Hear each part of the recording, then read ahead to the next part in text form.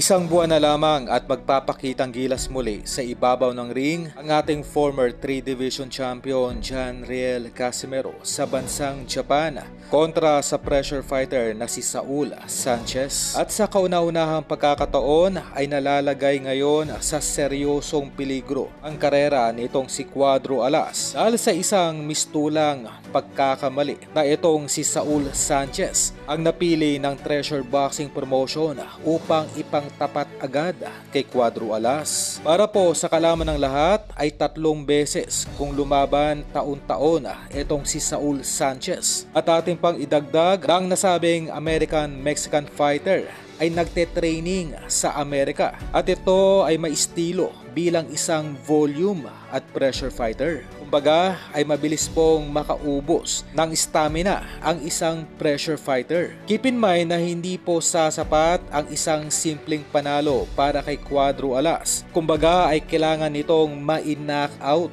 ang makunat na si Saul Sanchez upang makagawa muli ng ingay sa bansang Japan.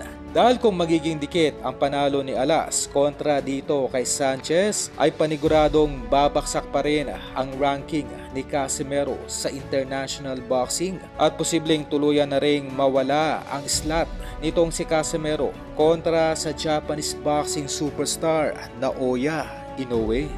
At sa nalalapit na laban ng dalawa ay may pagbabantang binitawan itong si Sanchez. Ayon pa sa nasabing American-Mexican na lulumpuhin nito si Alas sa kanilang bakbakan sa darating na Oktubre 13. Kaya isang taimtim na panawagan muli para sa kampo ni Casimero na ibuhos na nito ang lahat-lahat sa training upang muling makita ng lahat ang tunay na lakas at bagsik ng totoong halimaw ng super bantamweight na walang iba kundi si Cuadro Alas.